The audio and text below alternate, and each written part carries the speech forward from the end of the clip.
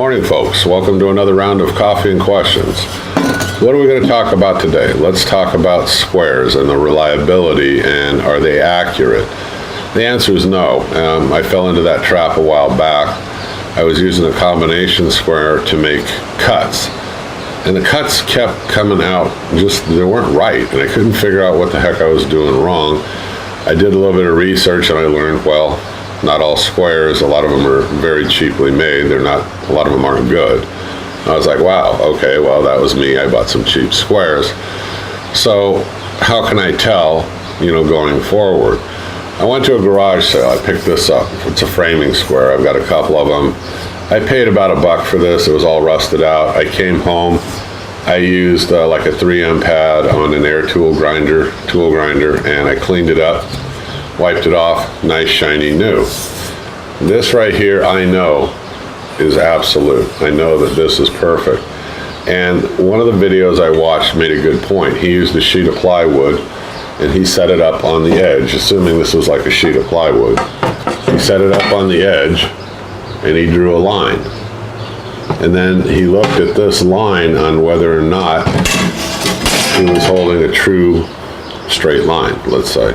He measured in from the edge because had a factory edge on it. It was like 2 inches up here.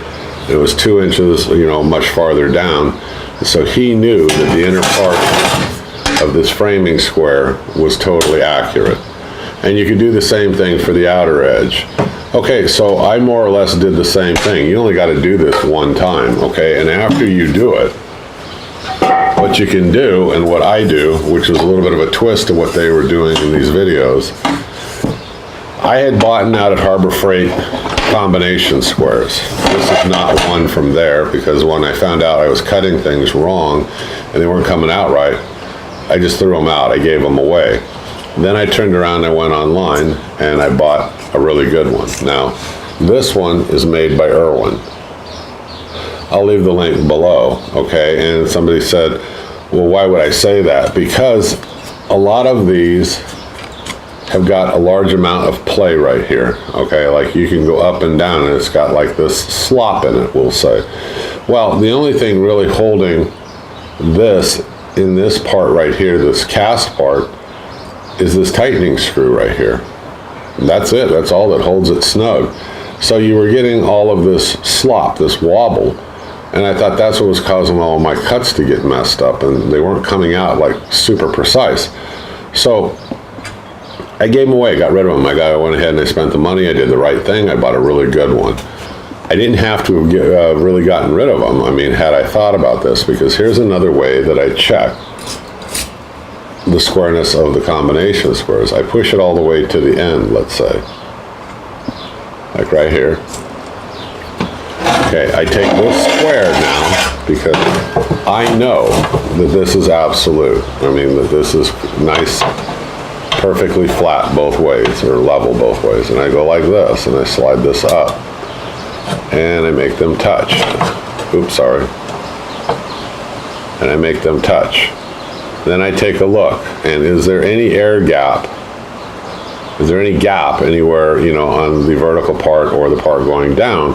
And the answer is no. I know that this is a damn good combination square, and I know that I have that 90-degree angle. And I know it's absolute. Now, you can do the same thing along the outside, like I said. Now, here's another twist in this thing. I bought some inexpensive carpenter squares.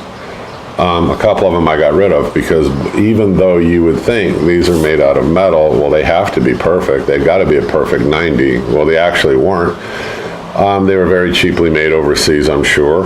But I came across these. This one's made by Premier. I don't even know who that is. Again, I picked some of this stuff up at garage sales really cheap.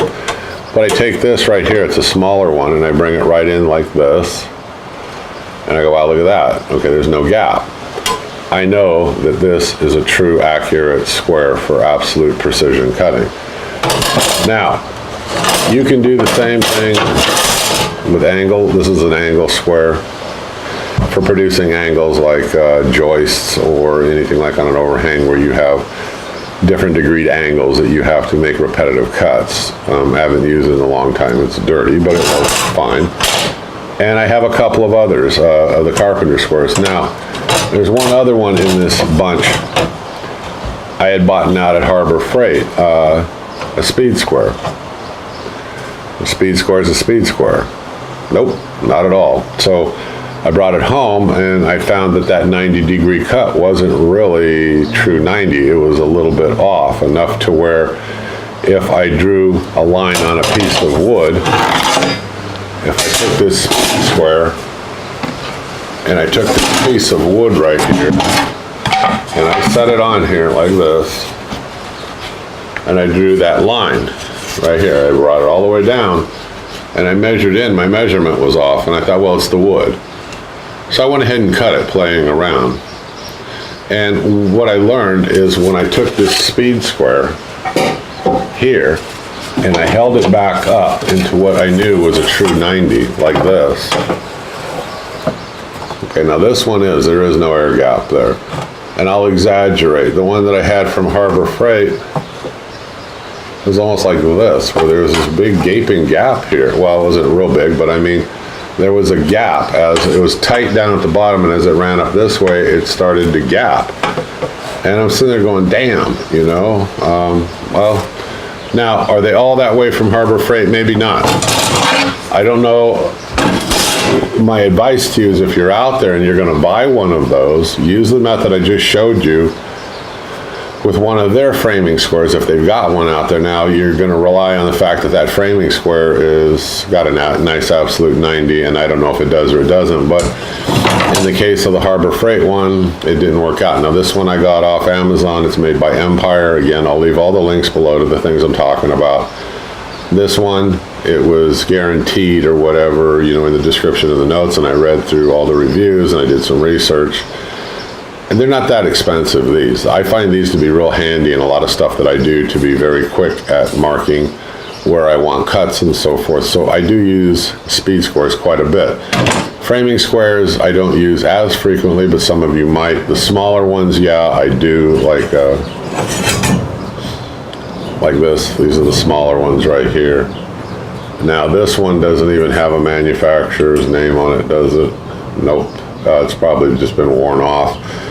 But I've checked them the same way with the large carpenter square. So that's my advice. What else do? I keep them clean. They do rust easy. So, but I use just, it's a buffing pad. I call them 3M pads. They come in coarse, medium, and like fine grit.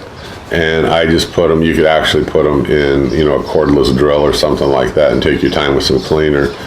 You know, you find the stuff rusted, it's easy to derust them. Anyway, I'm the home handyman. That's your quick tip of the day when it comes to squares. Not all squares are really square, right? So be careful what you're buying, okay? You might want to spend that extra $1 or $2 and get something like the Empire, or, you know, get something that you know doesn't have those kinds of flaws in them. I mean, these things are mass produced overseas. And sometimes those people, I don't think, really care. There's really not much quality control. So be careful what you're buying. It's not all junk, but just beware, because if you're using it, especially on cabinetry or anything where the cuts are precise, it is a big deal. All right, I'm the home handyman. That was your quick tip. Like I said, I hope you click subscribe. I hope you follow me, and I will see you on the next video. You folks have a great day. Bye-bye.